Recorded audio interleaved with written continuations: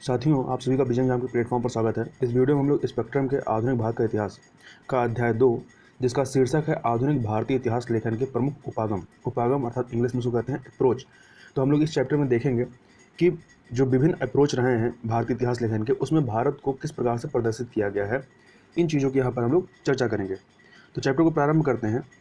इतिहास लेखन, जिसको इंग्लिश में हम लोग कहते हैं हिस्टीरियोग्राफी, इतिहास का ऐतिहासिक लेखन या ऐतिहासिक व्याख्या है। इतिहास एक ऐसी जानकारी नहीं है कि जिसे अपरिवर्तित रूप में पीढ़ी दर पीढ़ी सौंपा जाए। मतलब एक पीढ़ी से जाने दूसरी पीढ़ी जाने में कुछ ना कुछ परिवर्तन होता है। ऐतिहासिक परिस्थितियों की व्याख्या की जानी चाहिए और स्पष्टीकरण प्रमाणों के विश्लेषण पर आधारित होने चाहिए। तर्क वितर्क से उपजे सामान्यीकरण प्रदान किए जाने चाहिए। नवीन प्रमाणों के साथ या मौजूदा प्रमाणों की नवीन व्याख्या या स्पष्टीकरण सहित अतीत की एक नई समझ प्राप्त की जा सकती है। इसका अनुसरण करने के लिए उन तरीकों एवं शैलियों के प्रति संवेदनशीलता की आवश्यकता है जिसमें उस समय के लोग जीवन यापन करते थे और अपने अतीत के बारे में सोचते थे। मतलब जिन्होंने इतिहास लिखा उस समय वो किस प्रकार की जीवन शैली थी उन लोग की, उस पर भी ध्यान देना चाहिए। इतिहास लेखन के उपागम ज्ञान के रूप में इतिहास को समझने की भूमिका बन जाते हैं। व्यापक रूप से इतिहास के 4 संप्रदाय हैं, अर्थात 4 स्कूल हैं। कौन कौन से? औपनिवेशिक, दूसरा राष्ट्रवादी, तीसरा मार्क्सवादी, चौथा अधीनस्थ या उपाश्रित। हालांकि इतिहास लेखन के 2 अन्य संप्रदाय संप्रदायवादी एवं कैम्ब्रिज भी हैं। तो इन जो 6 हैं इनके बारे में हम लोग एक एक करके यहाँ पर चर्चा करेंगे। सबसे पहले हम लोग बात करेंगे औपनिवेशिक उपागम की, या औपनिवेशिक अप्रोच जो रहा है। इन लोगों ने किस प्रकार से भारत का इतिहास लिखा या इनकी भारत के संदर्भ में क्या समझ थी। औपनिवेशिक उपागम या इतिहास लेखन 2 अर्थों में प्रयोग किया जाता है। एक औपनिवेशिक देशों के इतिहास से संबंधित है, जबकि दूसरा ऐसे कार्य की ओर इशारा करता है जो प्रभुत्व की औपनिवेशिक विचारधारा से प्रभावित था। आज अधिकतर इतिहासकारों ने औपनिवेशिक उपागम के दृष्टिगत लिखा हुआ है। वास्तव में औपनिवेशिक अधिकारियों द्वारा औपनिवेशिक देशों के बारे में लेखन कार्य प्रभुत्व की इच्छा एवं औपनिवेशिक शासन के औचित्य से संबंध था। साथ ही साथ पश्चिमी संस्कृति एवं मूल्यों की प्रशंसा तथा व्यक्तियों का महिमा वर्णन किया गया जिन्होंने औपनिवेशिक साम्राज्य को स्थापित किया। जेम्स मिल, mount Stuart Elphinstone, Vincent Smith अन्य द्वारा लिखा गया भारत का इतिहास औपनिवेशिक उपागम का उचित उदाहरण है। मतलब इन्होंने जो भारत का इतिहास लिखा है वो औपनिवेशिक उपागम या औपनिवेशिक अप्रोच से के तहत इन्होंने लिखा है। इस प्रकार के वर्णन में भारत को अवरुद्ध समाज, पिछड़ी सभ्यता एवं सांस्कृतिक रूप से निकृष्ट दिखाया गया है, जबकि ब्रिटेन को उत्कृष्ट सभ्यता एवं उन्नत विज्ञान एवं प्रौद्योगिकी वाले देश के रूप में महिमा मंडित किया गया है। हालांकि सभी ब्रिटिश ऐतिहासिक लेखन को एक समान रूप से औपनिवेशिक मानना सही नहीं है, क्योंकि 19वीं और 20वीं शताब्दी के पूर्वार्ध के दौरान औपनिवेशिक संप्रदाय के तहत विभिन्न उपागम एवं व्याख्यात्मक फ्रेमवर्क विकसित हुए। सारगर्भित रूप में औपनिवेशिक उपागम सांस्कृतिक आधिपत्य स्थापित करने और भारत पर ब्रिटिश शासन के वैधीकरण के रूप में इतिहास को औचित्य प्रदान करने हेतु विचारधारात्मक प्रयास का एक भाग था। दूसरा अप्रोच लाते हैं राष्ट्रवादी उपागम, अर्थात राष्ट्रवादी अप्रोच के बारे में, नेशनलिस्ट अप्रोच। तो यहाँ पर देखें तो राष्ट्रवादी उपागम का विकास औपनिवेशिक उपागम से सामना करने और प्रत्युत्तर देने के रूप में हुआ है। यह भारतीय लोगों और उनके ऐतिहासिक अभिलेख की औपनिवेशिक झूठी निंदा के सम्मुख राष्ट्रीय आत्मसम्मान के निर्माण का एक प्रयास था। इस उपागम के इतिहासकारों ने मौजूदा ऐतिहासिक स्रोतों के विश्लेषण के आधार पर औपनिवेशिक ऐतिहासिक विवरणों की असत्यता को सिद्ध करने का प्रयास किया। भारतीय इतिहास के राष्ट्रवादी उपागम को ऐसे उपागम के रूप में विवेचित किया जा सकता है जिसने राष्ट्रवादी भावनाओं को बढ़ाने में योगदान किया और धार्मिक, जाति, भाषाई या वर्ग भेदभाव के सम्मुख लोगों को एकजुट किया। राष्ट्रवादी उपागम मुख्य रूप से भारतीय इतिहास के प्राचीन एवं मध्यकालीन युग के बारे में वर्णन करता है। यह आधुनिक काल में मौजूद नहीं था और स्वतंत्रता प्राप्त के पश्चात अस्तित्व में आया। 1947 से पूर्व आधुनिक भारत के राष्ट्रवादी इतिहासकारों का कोई संप्रदाय या स्कूल मौजूद नहीं था। दादा भाई Naoroji, M.G. Ranade, G.V. Joshi, R.C. Dutt, K.T. Telang, G.K. Gokhale एवं D.E. वाचा जैसे गैर अकादमिक राष्ट्रवादी अर्थशास्त्रियों द्वारा 19वीं शताब्दी के अंत में उपनिवेशवाद की विस्तृत एवं वैज्ञानिक आलोचना विकसित की गई। 20वीं शताब्दी के पूर्वार्ध में K.T. शाह, V.C. काले, CM वकील, DR गाडगिल, ज्ञानचंद्र, BK राव, वाडिया एवं मर्चेंट जैसे कई अकादमिक अर्थशास्त्रियों ने उनके पदचिन्हों का अनुसरण किया। राष्ट्रवादी उपागम ने सामाजिक सुधार आंदोलनों को उचित स्थान दिया, लेकिन उनका इस ओर आलोचनात्मक दृष्टिकोण नहीं रहा और उन्होंने अक्सर निम्न जाति और जनजातियों द्वारा चलाए गए मुक्त आंदोलनों की उपेक्षा की। उन्होंने ऐतिहासिक विकास में भारत की उत्कृष्टता को सिद्ध करने के प्रयास में भारतीय सामाजिक संस्थाओं के ऐतिहासिक मूल्यांकन की उपेक्षा कर दी। कुल मिलाकर इस उपागम ने आर्थिक, सामाजिक और सांस्कृतिक इतिहास की उपेक्षा की। अब तीसरे अप्रोच की तरफ चलते हैं, मार्क्सवादी उपागम की तरफ या मार्क्सवादी अप्रोच के संदर्भ में। तो मार्क्सवाद ने उल्लेखनीय रूप से भारतीय इतिहास लेखन की अधिकांश प्रवृत्ति को किसी न किसी तरीके से प्रभावित किया है। भारतीय इतिहास के सभी क्षेत्रों में, चाहे इसे काल या विषय द्वारा विभाजित करें, मार्क्सवादी इतिहासकारों ने महत्वपूर्ण योगदान किया। विभिन्न क्षेत्रों में उनके कार्यों ने इतिहास लेखन के मार्ग या दिशा को परिवर्तित किया। औपनिवेशिक या साम्राज्यवादी संप्रदाय या जो स्कूल था, स्कूल की तरह मार्क्सवादी इतिहासकारों ने औपनिवेशिक स्वामियों एवं अधीन लोगों के हितों के बीच प्रारंभिक संघर्ष एवं विरोध को स्पष्ट रूप से देखा। राष्ट्रवादियों के समान वह भारतीय समाज के विभिन्न वर्गों के लोगों के बीच अंतर विरोधों के प्रति भी पूरी तरह सजग थे।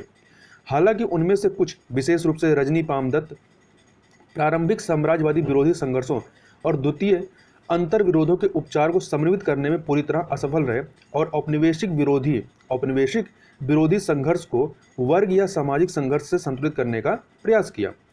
मार्क्सवादी इतिहासकारों ने राष्ट्रीय आंदोलन को भी संरचित बुर्जुआ आंदोलन के रूप में देखने का प्रयास किया और इसके मुक्त एवं सर्ववर्गीय रूप की उपेक्षा की। अब चौथे पे आते हैं, अधीनस्थ या उपाश्रित उपागम या अप्रोच।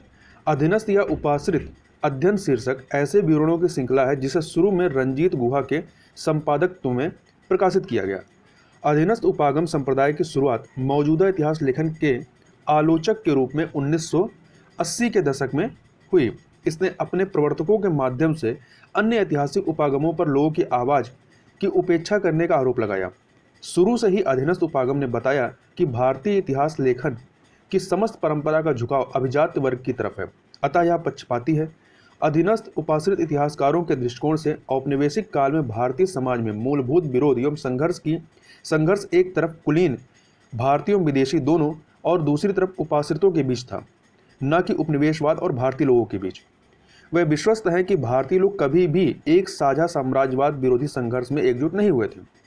इसके बावजूद वे मानते हैं कि दो भिन्न आंदोलन या धाराएं थीं, एक उपाश्रितों की वास्तविक साम्राज्य विरोधी धारा और दूसरी कुलीन की झूठी राष्ट्रवादी या राष्ट्रीय आंदोलन धारा। कुलीन धारा भारतीय राष्ट्रीय कांग्रेस के पदाधिकारियों के नेतृत्व में कुलीनों के बीच शक्ति के लिए संघर्ष हेतु झुंड से अधिक था। हालांकि अधीनस्थ या उपाश्रित संप्रदाय या स्कूल, जिसने शुरू में आम लोगों के दृष्टिगत इतिहास लेखन की वचनबद्धता दिखाई थी, लोगों की स्वयं की सचेतता पर आधारित थी। नवीन स्रोतों की खोज नहीं कर पाया जो लोकप्रिय अवधारणाओं को अधिकाधिक प्रतिबिंबित कर सके। इसका नवीन लेखन निरंतर उसी पुराने कुलीन स्रोतों पर आधारित था। अगला जो है, ये तो चार हो गए, इसके अलावा दो और की बात की थी, संप्रदायवादी उपागम और कैम्ब्रिज स्कूल उपागम। इनको भी देख लेते हैं। तो संप्रदायवादी उपागम की बात करें तो राष्ट्रवादी इतिहासकारों की बात, संप्रदायवादी इतिहासकारों ने मध्यकालीन भारत और औपनिवेशिक काल की पाठ्यपुस्तकों के औपनिवेशिक इतिहास लेखन तक स्वयं को पूरी तरह सीमित किया। भारतीय संप्रदायवादी इतिहासकारों द्वारा निर्मित सामान्यीकरण को ब्रिटिश इतिहासकारों और प्रकाशकों के लेखन में ढूंढा जा सकता है। संप्रदायवादी मतानुसार भारत का मध्यकालीन इतिहास हिंदू मुस्लिम मतभेद एवं संघर्ष की एक लंबी कहानी थी। हिंदू और मुस्लिम स्थायी रूप से शत्रुता शिविरों में विभाजित थे, जिनके आपसी संबंध कड़वे, शत्रुतापूर्ण, विरोधात्मक एवं अविश्वासी थे। ये विचार न केवल इतिहासकारों के लेखन में प्रतिबिंबित हुआ, अपितु सांप्रदायिक राजनीतिक नेताओं के हाथ में यह अधिक उग्र एवं विषाक्त रूप में सामने आया। दूसरे, यह विचार कि मध्यकालीन भारत में मुसलमानों ने शासक वर्ग का निर्माण किया और हिंदुओं पर शासन किया तथा हिंदू शासित अधीन एवं पराधीन थे, प्रचारित किया गया, मतलब इस संप्रदायवादी उपागम के अंतर्गत। अगला है कैम्ब्रिज स्कूल उपागम। कैम्ब्रिज संप्रदाय या कैम्ब्रिज स्कूल उपागम का मत है कि औपनिवेशिक काल के दौरान भारतीय समाज मूलतः क्षैतिज एवं लंबवत भागों द्वारा चरित्रार्थ हुआ। वर्टिकल एंड हॉरिजॉन्टल में, और भारतीय राजनीति का स्थानीय एवं क्षेत्रीय सरदारों के बीच गुटीय शत्रुता एवं प्रतिस्पर्धा द्वारा सीमांकन हुआ। इस प्रकार उनके मतानुसार, अर्थात ये जो कैम्ब्रिज स्कूल उपागम है, इनके मतानुसार औपनिवेशिक शासन के अंतर्गत मूलभूत विरोध जो है वो साम्राज्यवाद और भारतीय लोगों के बीच नहीं था, अपितु भारतीयों के बीच था। इसके अतिरिक्त कैम्ब्रिज स्कूल इतिहासकार कहते हैं कि भारतीय राष्ट्रवाद भारतीय लोगों का औपनिवेशिक शोषण के विरुद्ध संघर्ष का उत्पाद नहीं था, अपितु ब्रिटिश शासकों द्वारा प्रदत्त लाभों को प्राप्त करने के लिए भारतीयों के बीच था। यह जो संघर्ष था, राष्ट्रीय आंदोलन के नेता महान विचारों से प्रेरित नहीं थे, अपितु उसके पश्चात मिलने वाले भौतिक लाभों एवं शक्ति से प्रेरित थे। इस उपागम की कई इतिहासकारों एवं शोधार्थियों तथा विद्वानों द्वारा इस आधार पर आलोचना की गई कि यह तथ्यों को मानव व्यवहार से हटाकर देखता है और राष्ट्रवाद को पार्श्विक राजनीति के स्तर पर ले जाता है। आगे बात करते हैं उदारवादी एवं नव उदारवादी व्याख्या के संदर्भ में। तो साम्राज्यवाद या उपनिवेशवाद का पुनर्मूल्यांकन 1980 के दशक में प्रारंभ हुआ। कैन एवं हॉपकिंस 1993 में, पैट्रिक ओब्राइन 1988 एवं हटनबैक 1986 में इन लोगों ने उपनिवेशवाद के चरित्र को लेकर मार्क्सवादी एवं वाम उदारवादी प्रभुत्व वर्ग के कुछ निष्ठापूर्ण विचारों एवं दृष्टिकोण पर प्रश्न उठाना शुरू किया। इस उपागम के प्रस्तावक तर्क देते हैं कि उपनिवेशों का आर्थिक शोषण पूरी तरह से ब्रिटिश लोगों के लिए फायदेमंद नहीं था। औपनिवेशिक क्षेत्रों में ब्रिटिश औद्योगिक वस्तुओं के लिए बाजारों की उपलब्धता और बाहरी देशों या बाजारों में पूंजी निवेश, जैसे कि भारत में रेल परिवहन की व्यवस्था करना, ब्रिटेन में घरेलू निवेश को हतोत्साहित और नवीन औद्योगिक विकास को प्रभावित कर सकता था। अब बात कर लेते हैं नारीवादी उपागम या नारीवादी अप्रोच की।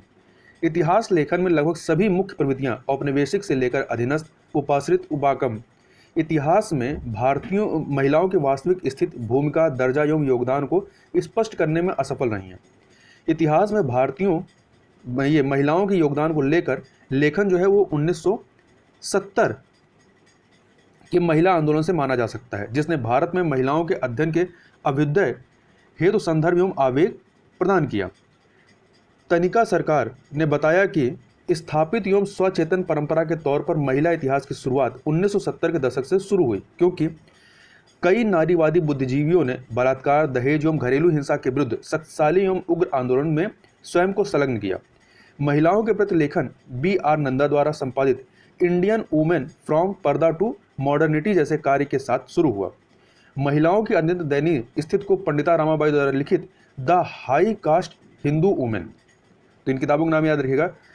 पंडिता रमाबाई के द्वारा लिखित पुस्तक का नाम क्या है? High cast Hindu women. ये 1887 में लिखी जाती है। और कैथरीन मेयो द्वारा लिखित मदर इंडिया 1927 में दर्शाया गया है। भारतीय सभ्यता में महिलाओं की स्थिति और दर्जे से संबद्ध अन्य लेखकों में B.C. लाल, इन्होंने लिखा था women in Buddhist literature 1927। I.B. Horner, इन्होंने लिखा था वुमेन अंडर प्रिमिटिव बुद्धिज्म 1930।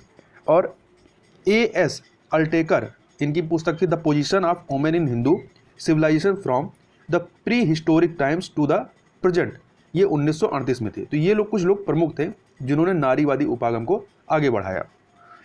तो इस चैप्टर में बस इतना ही था। तो यहाँ पर चैप्टर समाप्त होता है। तो मिलते हैं नेक्स्ट चैप्टर में नए चैप्टर के साथ। तब तक के लिए बहुत बहुत धन्यवाद।